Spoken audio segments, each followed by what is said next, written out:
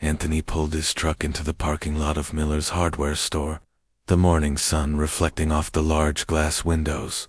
After 6 months of overseas deployment, he was finally getting used to being back home. Well, not exactly home. This was his new town, a place he'd chosen specifically because it seemed quiet and peaceful, a place where he hoped to start fresh and leave the intensity of military life behind. He sat in his truck for a moment, looking at the list his wife had written in her neat handwriting. Screws for the deck, wood stain, paintbrush, sandpaper. Simple enough. Their new house needed a lot of work, but Anthony actually looked forward to it. After years of following orders and dealing with life-or-death situations, fixing up a house with his own hands felt like therapy. Anthony had always been good with tools. Growing up, his father had taught him how to fix everything from leaky faucets to broken lawn mowers. A man should know how to take care of his home, his father would say, handing him another wrench. Those weekend projects had been some of his happiest childhood memories. Now, at 32 years old, Anthony was ready to create those same memories with his own family. His wife was pregnant with their first child, and he wanted everything to be perfect by the time the baby arrived. The house they'd bought was older, but had good bones, as his wife liked to say. It just needed some love and attention. He stepped out of the truck, wearing his favorite jeans and a plain blue t-shirt. Anthony had learned to dress down when he wasn't in uniform. Sometimes people acted differently around military folks, and he preferred to just blend in. Today was supposed to be simple: get the supplies, go home, and spend the afternoon working on the deck. The hardware store looked like every other small-town store he'd ever been in. Red brick exterior, hand-painted sign that had probably been there for 20 years. And that comfortable, lived-in feeling that made you think of Saturday. Morning projects and helpful advice from people who actually knew what they were talking about. A small bell chimed when Anthony pushed through the glass door. The smell hit him immediately, a mixture of wood, metal, and that particular scent that comes from decades of storing every imaginable tool and building supply. It reminded him of his father's garage. The store was laid out in a way that made sense. Garden supplies near the front, hand tools along the left wall, lumber and bigger items toward the back. Anthony grabbed a small basket and pulled out his wife's list. He'd start with the screws and work his way through. As he walked down the first aisle, Anthony noticed the store was fairly busy for a Tuesday morning. An older gentleman was examining different types of light bulbs, muttering to himself about wattage. A woman in paint-splattered clothes was loading cans of primer into her cart. A younger guy with a tool belt was talking to someone on his phone about a job site. Anthony found the screw section and began looking for the right size. His wife had been very specific, 2.5 inches, galvanized, for outdoor use. He'd learned not to guess when it came to her project instructions. She was an engineer, and precision mattered to her. Behind the counter, Dale Morrison had been watching the door all morning. At 56 years old, Dale had been managing Miller's hardware for almost 15 years. He took pride in knowing his regular customers and keeping track of inventory. But lately, he'd been more suspicious of strangers, especially after hearing about break-ins at other stores in nearby towns. When Anthony walked in, Dale immediately took notice. He didn't recognize him, which wasn't unusual, but something about the man bothered him. Maybe it was the way he moved, too confident, too comfortable. Dale had his own ideas about who belonged in his store and who didn't.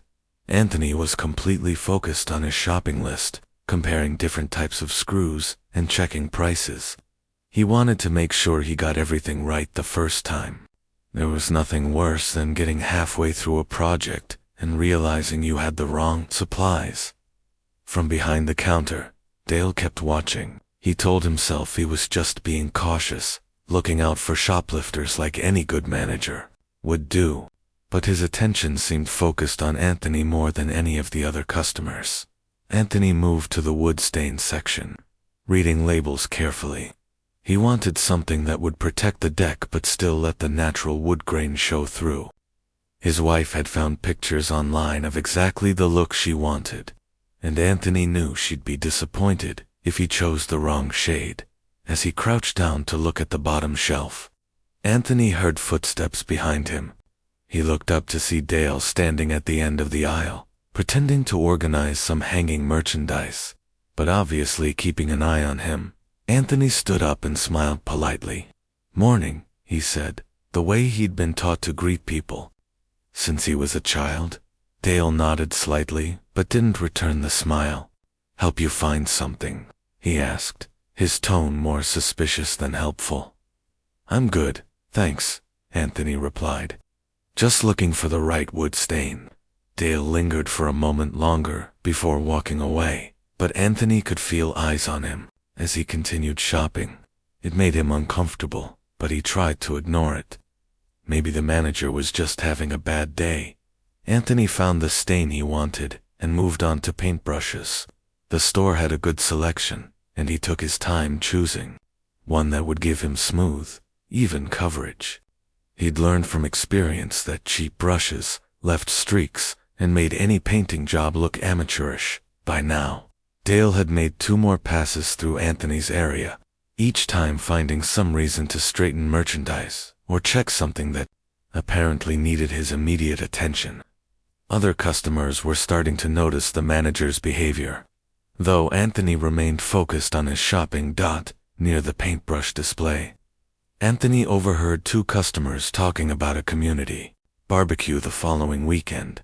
It sounded nice, exactly the kind of neighborhood event he and his wife had hoped to find in their new town. He made a mental note to ask his wife if she'd be interested in going. Finally, Anthony headed toward the sandpaper section to complete his list. He needed medium grit for the initial sanding and fine grit for finishing work. As he stood there reading the packages and trying to decide how much he needed, he felt someone approaching from behind again. This time, Dale didn't even pretend to be organizing merchandise. He stood directly behind Anthony, close enough that it felt intentionally intimidating. Anthony turned around, his military training automatically assessing the situation. The manager was standing too close, his posture aggressive, his expression hostile. This wasn't about customer service anymore. "You planning to buy all that?" Dale asked, looking at the items in Anthony's basket with obvious skepticism. The question caught Anthony off guard. Why wouldn't he be planning to buy them?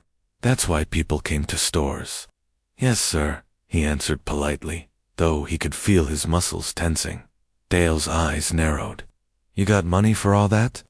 The question hung in the air like a challenge. Around them, other customers had stopped what they were doing, sensing the tension, but not sure what was happening. Anthony realized that this wasn't going to be the simple shopping trip he'd planned. He took a deep breath, drawing on years of training that had taught him to stay calm under pressure. Whatever was about to happen, he needed to handle it the right way. Anthony stared at Dale for a moment, processing what he'd just heard. "You got money for all that?" The question wasn't asked out of helpfulness. There was something else behind it, something that made Anthony's stomach tighten with a familiar feeling he'd hoped to leave behind. "Yes, I do," Anthony answered calmly, keeping his voice steady. Years of military discipline had taught him how to control his emotions, even when someone was clearly trying to provoke him. Dale looked at the items in Anthony's basket again, then back at his face. "What kind of work you do?" The question came out like an accusation. Anthony felt other customers nearby, slowing down their shopping, pretending to examine products, while obviously listening to the conversation. He could see a woman with a cart full of paint supplies glancing over nervously. An older man near the electrical section had stopped what he was doing entirely. "I'm in the military," Anthony said simply. He'd learned that most people respected that answer, even if they didn't agree with everything about the military. Dale's expression didn't change. If anything, he looked more skeptical. "Sure you are," he said with a tone that made it clear he didn't believe a word of it. The comment hit Anthony harder than he expected. He'd been called many things during his years of service, but having someone question his military status felt personal. He'd earned his place in the Navy SEALs through years of the hardest training imaginable. He'd served his country overseas, missed birthdays and holidays, and put his life on the line more times than he could count. "I am," Anthony said, his voice still calm, but with an edge that anyone who knew him would recognize as a warning. "Just got back from deployment 6 months ago." Dale laughed, but there was no humor in it, right?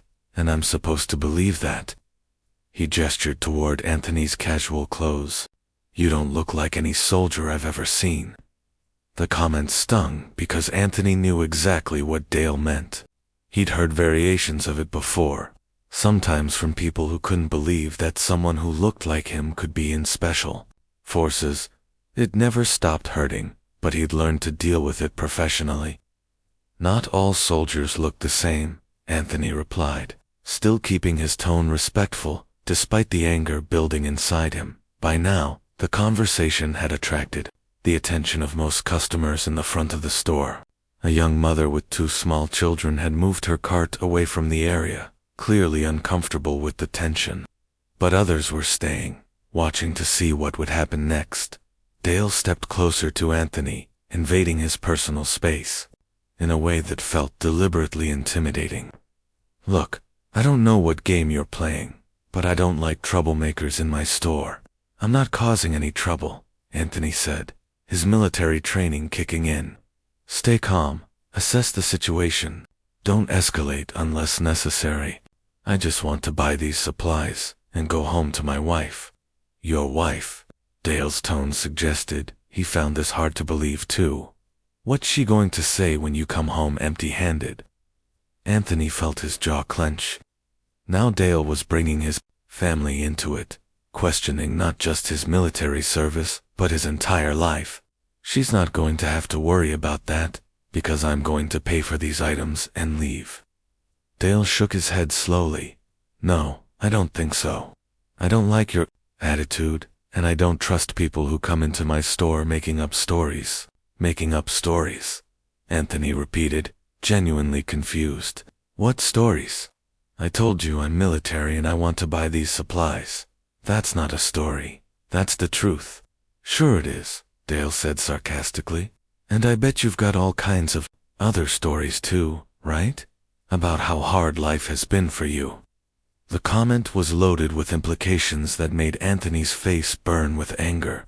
He knew exactly what Dale was really saying, even though he wasn't saying it directly. This wasn't about whether he had money or whether he was really military. This was about something much older and uglier. An elderly woman near the front counter had been listening to the entire exchange. She looked uncomfortable and kept glancing between Anthony and Dale, like she wanted to say something but wasn't sure if she should get involved. Anthony took a deep breath and tried one more time to de-escalate the situation. "Sir, I understand if you're having a bad day, but I'm a paying customer. I just want to complete my purchase and go home." "Well, that's too bad," Dale said, crossing his arms. "Because I'm not going to serve you. I have the right to refuse service to anyone, and I'm refusing you." The words hung in the air like a physical presence. Around them, other customers stopped pretending they weren't listening. The young guy with the tool belt had pulled out his phone, though it wasn't clear if he was texting someone or recording. Anthony felt a familiar mix of anger and disappointment wash over him. He'd hoped that moving to this small town would mean leaving this kind of treatment behind. His wife had been so excited about their new community, talking about how friendly everyone seemed and how perfect it would be for raising their child. "Can I ask why you're refusing service?" Anthony asked, his voice still controlled, but with an undertone that suggested he was reaching the end of his patience. Dale's answer was exactly what Anthony expected, and exactly what he'd hoped he wouldn't hear. "I don't have to explain myself to you. This is my store, and I want you out now, sir," Anthony said, drawing himself up to his full height. "I've served 3 tours overseas, defending the right of Americans to run their businesses as they see fit. but I've also earned the right to be treated with basic respect when I'm trying to shop in those businesses." Dale wasn't impressed. "I don't care where you say you've been or what you say you've done. I want you out of my store before I call the police." The threat to call the police made several customers shift uncomfortably. The elderly woman near the counter finally spoke up. "Dale, what's wrong with you? He's not doing anything wrong." Dale spun around to face her. "Helen, stay out of this. I know how to run my store." But Helen wasn't backing down. "You're being rude to this young man for no reason. He's been nothing but polite." Other customers were starting to murmur among themselves. Anthony could hear fragments of conversation. "What's his problem? The guy's just trying to shop. This is embarrassing." Anthony looked at Dale one more time, seeing something in the man's eyes that told him this situation wasn't going to improve. He'd dealt with people like this before, and he knew when someone had made up their mind based on prejudice rather than facts. "You know what?" Anthony said finally, setting his basket down on a nearby display. "You're right. This is your store, and you have the right to refuse service to anyone. But everyone else in here has the right to know exactly why you're refusing to serve a decorated military veteran who is just trying to buy supplies to fix up his house." The comment was loud enough for everyone in the front of the store to hear. Clearly, Anthony hadn't raised his voice or made any threats, but his words carried the weight of truth and dignity that made Dale's behavior look even worse by comparison. Dale's face reddened with anger and embarrassment as he realized how many people were now staring at him with obvious disapproval. Helen wasn't the type of person to back down from a fight, especially when she saw someone being treated unfairly. At 73 years old, she'd lived through enough to recognize prejudice when she saw it, and what she was witnessing in Miller's hardware store made her blood boil. "Dale Morrison," she said, her voice carrying the authority of someone who'd taught elementary school for 40 years. "You should be ashamed of yourself. This young man has been nothing but respectful." Dale's face was now bright red, and he was clearly flustered by having an audience for his behavior. "Helen, this is none of your business. I'm handling a store matter." "Store matter?" Helen's voice rose slightly. "You mean refusing service to a customer who's done nothing wrong? I've been shopping here for 15 years, and I've never seen you treat anyone like this." Other customers were starting to move closer, drawn by the conflict but also by a growing sense that something important was happening. The young man with the tool belt had definitely started recording with his phone, holding it low but pointed toward the confrontation. Anthony remained calm, but inside he was fighting a battle between anger and disappointment. He'd been through situations like this before, but it never got easier. What made it worse was knowing his pregnant wife was at home, excited about their new community and their new life. How was he going to explain this to her? An older gentleman who'd been looking at light bulbs earlier walked over to the group. His name was Robert, and he was a retired factory worker who'd lived in town his whole life. He'd been listening to the conversation with growing discomfort. "What's the problem here?" Robert asked, looking between Dale and Anthony. Dale seized the opportunity to justify his actions. "This guy comes in here claiming to be military, expecting special treatment. When I asked reasonable questions, he got an attitude with me." "That's not what happened," Helen said immediately. "I heard the whole thing. He was shopping quietly, and you started following him around and questioning whether he had money." Robert looked at Anthony with curious eyes. There was something familiar about him, but he couldn't quite place it. "You said you're military." "Navy," Anthony replied. "Special Forces. Just finished my 3rd deployment overseas." Robert's eyes widened with recognition. "Wait a minute. Are you the SEAL who was in the newspaper last month? The one who saved those hostages?" The question caught everyone off guard, including Anthony. He'd hoped that moving to a small town would mean more privacy, but apparently news traveled fast. Everywhere. "I don't really like talking about that," Anthony said quietly. but Robert was already pulling out his phone, scrolling through saved photos. My grandson sent me the article because he wants to join the military, said I should read about real heroes. He found what he was looking for and held up his phone.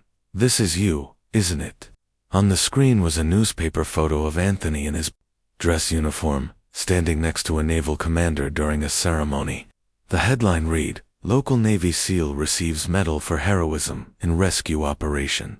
The store went completely quiet. Customers who had been trying to mind their own business now gathered around to look at Robert's phone. The woman with the paint supplies stepped closer, her eyes moving between the photo and Anthony's face. "Oh my goodness," she whispered. "That is him." Dale's expression changed from anger to confusion to something that looked like panic. He'd just refused service to a decorated war hero in front of a growing crowd of witnesses. And everyone in the store now knew it. Helen snatched Robert's phone to get a better look at the article. "It says here, you rescued 8 civilians from a terrorist compound and carried 2 wounded soldiers to safety under enemy fire." Anthony looked uncomfortable with the attention. "That's not why I'm here. I just wanted to buy some supplies to fix my deck." The young man with the tool belt lowered his phone and walked over. "My brother's a Marine. He told me about this operation. Said it was one of the bravest things he'd ever heard of." More customers were gathering now, drawn by the commotion and the revelation. A middle-aged woman who'd been shopping with her teenage daughter approached the group. "You're the SEAL who saved those hostages?" she asked Anthony. When he nodded reluctantly, she turned to Dale with disgust. "And you refused to serve him? What is wrong with you?" Dale was now surrounded by angry customers, all of whom were staring at him with obvious disapproval. He tried to regain control of the situation. "Look, I didn't know who he was. He should have said something." "Why should he have to say something?" Helen demanded. "Every customer deserves to be treated with respect, whether they're a war hero or not. But the fact that you treated a decorated veteran this way makes it even worse." The teenage daughter pulled out her own phone and started looking up the newspaper article. "Mom, look at this. It says he was wounded twice during the rescue and still wouldn't leave until everyone was safe." Anthony wished he could disappear. This was exactly the kind of attention he'd hoped to avoid by moving to a small town. He'd done his job overseas, received his medals, and wanted nothing more than to live quietly with his wife and start a family. Robert was still studying the newspaper photo. "It says here you grew up in foster care and joined the military at 18, worked your way up through the ranks." "Sir, please," Anthony said softly. "I appreciate your support, but I'd rather not make this about my military service. I just think every person should be able to shop without being harassed." His words had a profound effect on the crowd. Here was a man who'd risked his life for his country, being humble even while being publicly humiliated, and asking for nothing more than basic human dignity. The woman with the paint supplies turned to Dale with fire in her eyes. "I've been a customer here for 10 years. If this is how you treat people, I won't be coming back." "Neither will I," said Robert. "This is disgusting." Dale was beginning to realize that this situation was spiraling completely out of his control. Not only had he made a terrible mistake, but he'd made it in front of customers who were now talking about boycotting his store. "Now wait just a minute," Dale said, his voice getting desperate. "This is all getting blown out of proportion. I was just doing my job, watching out for shoplifters." "Shoplifters?" Helen's voice was incredulous. "He had a shopping basket with 4 items in it, and you followed him around like he was a criminal? Then you questioned whether he had money and refused to believe he was military." The young man with the tool belt spoke up again. "I recorded most of this conversation. You never mentioned shoplifting until just now. You told him you didn't like his attitude and didn't trust people who made up stories." Dale's face went pale. He hadn't realized someone was recording, and now his words were captured forever. More customers were arriving, drawn by the crowd and the obvious tension. Word was starting to spread through the store that something significant was happening near the front counter. Anthony looked around at all the faces, staring at him, and felt overwhelmed. These people were defending him, standing up for what was right, but he also felt exposed and vulnerable. All he'd wanted was to buy supplies for a weekend project. The teenage girl who'd been looking up the article on her phone suddenly gasped. "Mom, this says he was awarded the Navy Cross. That's like the second highest honor they can give someone." Her mother looked at the phone screen, then at Anthony, with a mixture of awe and anger. "Dale, do you have any idea what you've done? You just humiliated a war hero who risked his life for this country." By now, the commotion had drawn customers from all over the store. People were abandoning their shopping carts and gathering around to see what was happening. The young man who'd been recording was still holding his phone, and Anthony could see other people starting to pull out their phones too. "Please don't post anything online," Anthony said quietly to the group. "I don't want this to become a big thing." But it was already too late for that. In the back of the store, 2 employees had been watching the situation unfold. One of them, a college student named Tyler, who worked part-time, had already texted his roommate about what was happening. "Dude, you won't believe what's going down." At work, Tyler had texted, "Manager is refusing service to a Navy SEAL war hero. This is insane." His roommate immediately shared the information with their group chat, and within minutes, word was spreading through the local college campus and beyond. Meanwhile, back at the front of the store, more customers were arriving and quickly getting caught up on what had happened. An elderly man with a veteran's cap heard the words Navy SEAL and pushed his way to the front of the crowd. "Did someone say SEAL?" the man asked. His name was Frank, and he'd served in Vietnam 50 years earlier. When he saw Anthony, his eyes filled with respect and something close to reverence. "Son, thank you for your service." Anthony nodded politely. "Thank you, sir. I appreciate that." Frank then turned to look at Dale with disgust. "I can't believe what I'm hearing. You refused service to this young hero." Dale was now sweating profusely, realizing that every word he said was making his situation worse. "Look, this is all a misunderstanding. I didn't know who he was. That's exactly the point," Helen interjected, her teacher voice cutting through the crowd noise. "You shouldn't have to know who someone is to treat them with basic human decency." The woman with paint supplies was now on her phone with her husband. "Honey, you need to get down to Miller's Hardware right now. You won't believe what's happening." She paused to listen, then continued, "No, I'm not exaggerating. The manager just refused service to a Navy SEAL who saved hostages overseas." Similar conversations were happening throughout the crowd. People were calling their spouses, their friends, their coworkers. In a small town, news traveled fast, but this kind of news traveled even faster. Robert, who'd first recognized Anthony from the newspaper, was now reading more of the article out loud. It says here, he carried 2 wounded Marines over a mile through enemy territory to safety. One of them was unconscious, and bullets were flying the whole time. The crowd grew quieter as Robert continued reading. The article quotes his commanding officer saying it was the most courageous act he'd witnessed in 25 years of military service. Anthony looked increasingly uncomfortable with the attention. "Sir, please, I'm not here to talk about that. I just want to be treated like any other customer." His humility only made the crowd angrier at Dale. Here was a genuine hero, asking for nothing more than basic respect. And he'd been denied even that. Frank, the Vietnam veteran, wasn't finished. "Dale, I've known you for 10 years. I never thought you were this kind of person.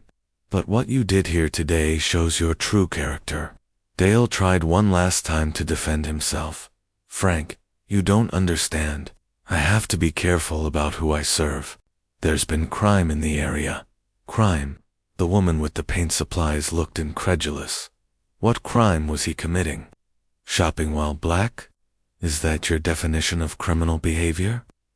The words hung in the air like a bomb that had just exploded. Everyone had been thinking it, but she was the first person to say it directly. The racial undertone to Dale's behavior was now out in the open for everyone to acknowledge. The store went completely silent for a moment. Anthony's jaw tightened slightly, but he maintained his composure. This was the conversation he'd hoped to avoid, but maybe it needed to happen. Tyler, the college employee, had been texting updates to his friends throughout the confrontation. His latest message read, "Manager just got called out for racial profiling. This is about to go viral." And he was right. His roommate had already shared the story on social media, and it was starting to pick up attention. The local college's social justice organization was already planning to organize a response. Outside in the parking lot, more cars were arriving as word continued to spread. Frank's wife had called her church group. Robert's grandson, the one interested in joining the military, was driving over with 3 of his friends. The woman with paint supplies had contacted her book club, and they were on their way. Inside the store, Dale was beginning to realize the full scope of what was happening. This wasn't just about one confrontation anymore. This was becoming a community event, and he was on the wrong side of it. A new voice cut through the tension. "What in the world is going on here?" Everyone turned to see a man in his 60s approaching the crowd. He was wearing khakis and a polo shirt with Miller's Hardware embroidered on it. This was Tom Miller, the store owner, who'd been in his office doing paperwork when employees told him about the situation out front. Dale's face went white. His boss had arrived, and there was no way to spin this situation in his favor. "Tom," Dale started, his voice shaky, "there's been a misunderstanding." "A misunderstanding?" Helen stepped forward immediately. "Your manager refused service to a decorated Navy SEAL for no reason other than prejudice." Tom looked around at the crowd of angry customers, many of whom he recognized as regulars. Then he looked at Anthony, taking in his calm demeanor and respectful posture. "Is this true?"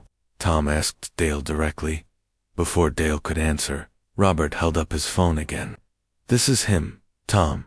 This is the SEAL who was in the newspaper last month.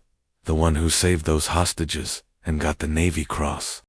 Tom's expression changed dramatically as he looked at the newspaper photo, then at Anthony. As a veteran himself, he understood the significance of what he was hearing. The young man with the cell phone spoke up. "I recorded most of it, Mr. Miller. I can show you exactly what happened if you want to see." Tom nodded grimly. "I think I'd better take a look." As the video started playing, showing Dale's confrontational behavior and refusal of service, Tom's face grew darker with each passing second. Around him, the crowd watched in silence, knowing they were witnessing a moment of reckoning. Tom Miller watched the video on the young man's phone with growing horror and embarrassment. As a business owner who'd built his reputation on treating every customer fairly, seeing his manager behave this way was like watching his life's work crumble in real time. The video clearly showed Dale following Anthony around the store, questioning whether he had money, refusing to believe he was military, and finally refusing service altogether. There was no way to misinterpret what had happened. "Dale," Tom said quietly, his voice heavy with disappointment, "in my office now." But Dale wasn't ready to give up. "Tom, you don't understand the full situation. This guy was acting suspicious. From the moment he walked in, the crowd erupted in angry voices. Suspicious. He was shopping. You're making it worse." Helen stepped forward, her decades of teaching experience showing in how she commanded attention. "Tom, I watched this entire thing from start to finish. Your manager followed this young man around like he was a criminal, questioned whether he could afford for simple items, and refused to believe he was military. There was nothing suspicious about anything this young man did, except for being black in your store." Tom closed his eyes for a moment, absorbing the full weight of what Helen had said. When he opened them, he looked directly at Anthony. Double quotes, Sir, I owe you the biggest apology of my life. What happened here today goes against everything I believe in and everything this store stands for. Anthony nodded respectfully. I appreciate that, Mr. Miller. Tom wasn't finished. Dale, you're fired. Effective immediately. Please clean out your office and leave your keys on my desk. The crowd fell silent, stunned by how quickly justice had been served. Dale's face went through a range of emotions, shock, anger, then finally a kind of desperate panic as he realized what losing his job would mean. Tom, you can't be serious. I've worked here for 15 years. I was just trying to protect the store. Protect it from what? Tom's voice was getting louder now, his own anger beginning to show. From a decorated war hero who wanted to buy supplies to fix his house. From a customer who was nothing but polite and respectful, even when you were treating him terribly. Dale looked around the crowd, searching for any sign of support, but found only faces filled with disgust and disappointment. Even the employees, who'd worked under him for years, were shaking their heads. This isn't fair, Dale said weakly. You're all making me out to be some kind of monster. Frank, the Vietnam veteran, stepped closer to Dale. Son, I've seen real monsters. You're not a monster. You're just a man who let fear and prejudice turn you into something ugly. The question now is whether you're going to learn from this or keep making excuses. As Dale walked toward the back of the store to clean out his office, Tom turned his attention back to Anthony. Sir, I know an apology isn't enough, but I hope you'll give me a chance to make this right. What did you have in mind? Anthony asked. Tom picked up Anthony's shopping basket, which was still sitting where he'd left it during the confrontation. First, these supplies are on the house. It's the least I can do. Anthony shook his head. That's not necessary, Mr. Miller.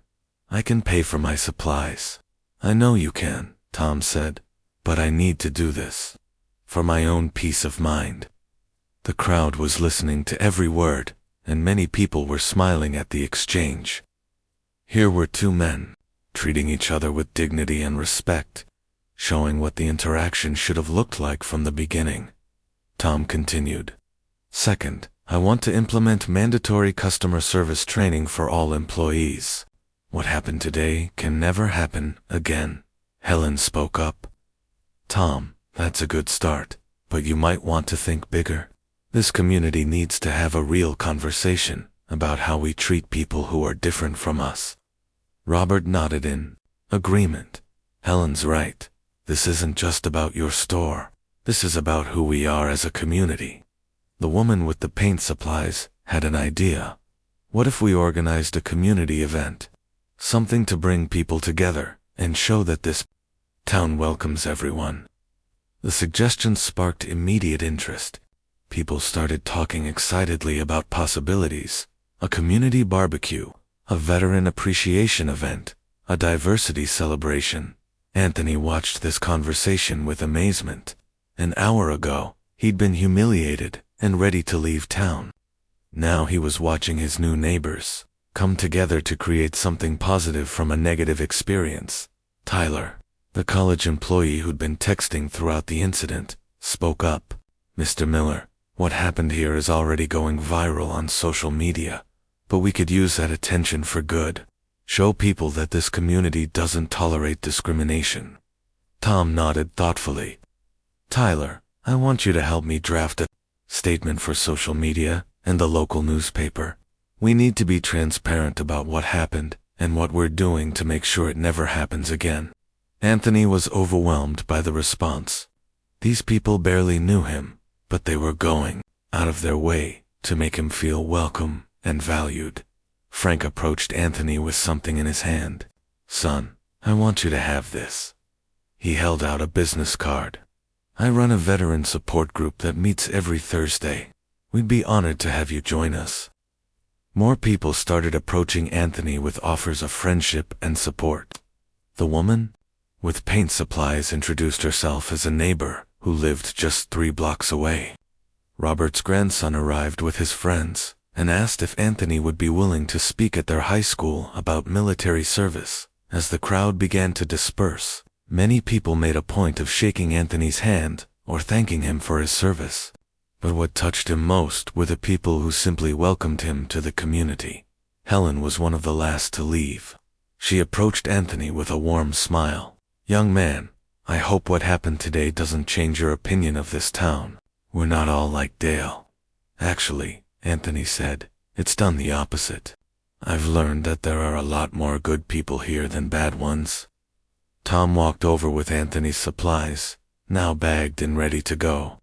"Sir, I hope you'll consider this community your home. We're lucky to have you here." Anthony took the bag and looked around the store one more time. A few hours ago, this had been the site of one of the most humiliating experiences of his life. Now it felt like the place where he'd discovered his new community. "Mr. Miller," Anthony said, "I moved here because my wife and I wanted a quiet place to raise our family. After today, I think we found something even better. We found a place where people stand up for what's right." As Anthony walked to his truck, he pulled out his phone to call his wife. He had a story to tell her, but it wasn't the story he'd expected when he woke up that morning. "Honey," he said when she answered, "you're not going to believe what happened at the hardware store today, but I think you're going to love the ending." Outside, cars were still arriving as word continued to spread. The community was planning its response, and Anthony was going to be at the center of it, not as a victim, but as a catalyst for positive change.